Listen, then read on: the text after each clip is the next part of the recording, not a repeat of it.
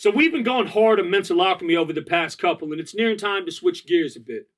Because I really want to talk about more modern occult philosophies and touch base on guys like Steiner and how we should be applying spiritual principles to our lives. But alchemy is vital, as it's the only art I know that focuses on finding the divine in everything and working with it. And like its originator Hermes the Thrice Great has said, if thou but settest foot on this path, thou shalt see it everywhere. So the last question we should ask ourselves is probably the most obvious one. Is alchemy purely a mental discipline? Alchemy is defined as the medieval forerunner of chemistry, based on the supposed transformation of matter. It was concerned particularly with attempts to convert base metals into gold and to find a universal elixir. Once the word pops up, most people instantly imagine some mad scientist standing over a cauldron, whispering incantations to the Dark Lord. It is the stuff of folklore and mystery that used to plaster the pages of the Penny Dreadfuls in 19th century London. Factor in cats like Ed Kelly, who spiraled into madness after writing the Anotian Keys down, or swindlers like Daniel von Siedenberg, who defrauded people, and it's no wonder alchemy kind of fell by the wayside.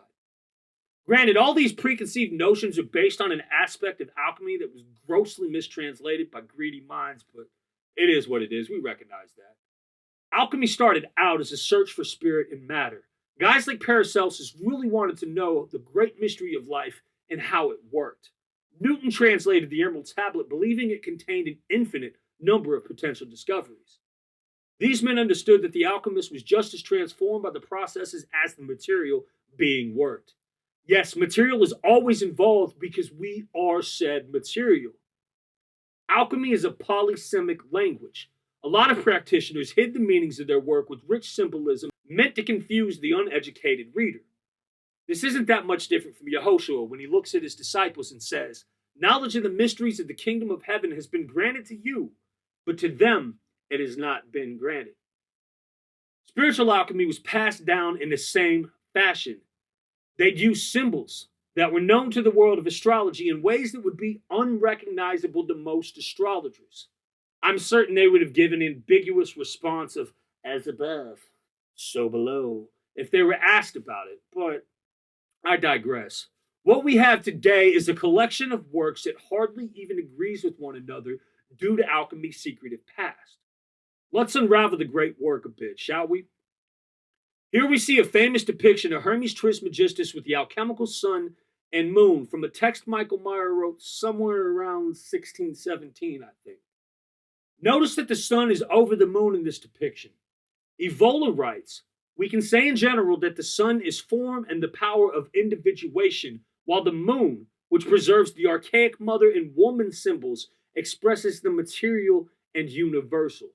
To the undifferentiated vitality, to the cosmic spirit, Holy Spirit, of the ether light, corresponds the feminine.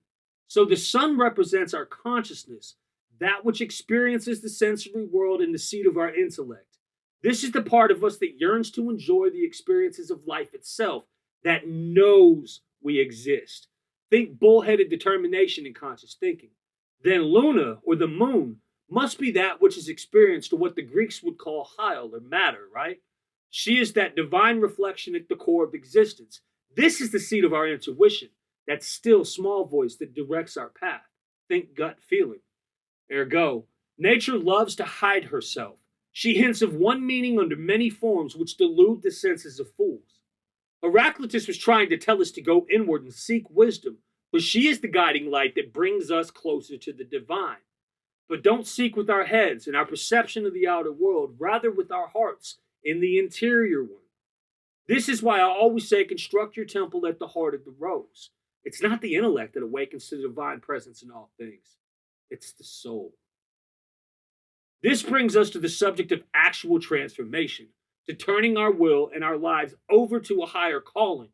So let's demystify some of the alchemical symbols that work us towards that goal a bit. Mercury represents the world's soul. The whole point of spiritual alchemy is to transform our spiritual selves and realize higher levels of consciousness. However, a good deal of that transmutation is actually shrouded in this symbol itself. Let's break it down real quick. Here we can actually see three distinct symbols drawn together. We have a cross. and a circle, and a crescent moon shape. Granted, we could write it off as merely a representation of triune existence and say it's mind, body, and soul, but we got triangles for that. Salt represents our lower earthly selves. This is what keeps us in the materialistic and earthbound planes. When the cross dominates, the soul is buried by the earth. Hence the reason the cross comes out at the bottom of the symbol for Mercury. After the fall, literally our coming into material existence, we became convinced that we are dual in nature. As a result, our spiritual selves have been trapped in this physical plane. It is by allowing divine grace and love to enter into us that we are able to rise above into that cosmic unity that's actually at the center of all creation, that realization that all is one. The moon symbolizes our first order of transmutation from lead to silver. The moon is a wonderful and reflective faculty. In my interpretation, it's the medium through which divine grace and love is reflected within us. I see the moon as a representation of Ruach HaKodesh, right? It's the female aspect of God that actually transforms us. Like it says in the Book of Wisdom, she is the eternal reflection of the spotless mind of God. She's the acting force of creation itself. It is the aspect that pervades all living things and moves within them. As it is written, from the mouth of the Most High I came forth and covered the earth like a mist. The sun is the solar principle that symbolizes our highest state of being. It also represents our spiritual life and our attunement with all that is. God himself in his male aspect. This is seen as an ideal state of consciousness as it can be whatever it wills itself to be. Think of the Tetragrammaton. I will be what I will to be. This is why most believers from any walk of faith choose to serve the divine will rather than using natural laws to bend the world to theirs.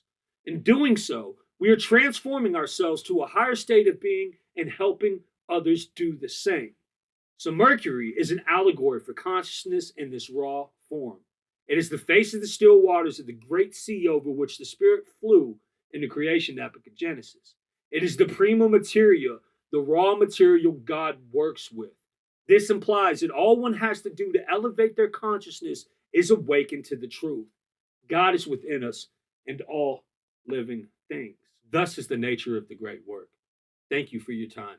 As always, keep breathing in light and living in love. 100.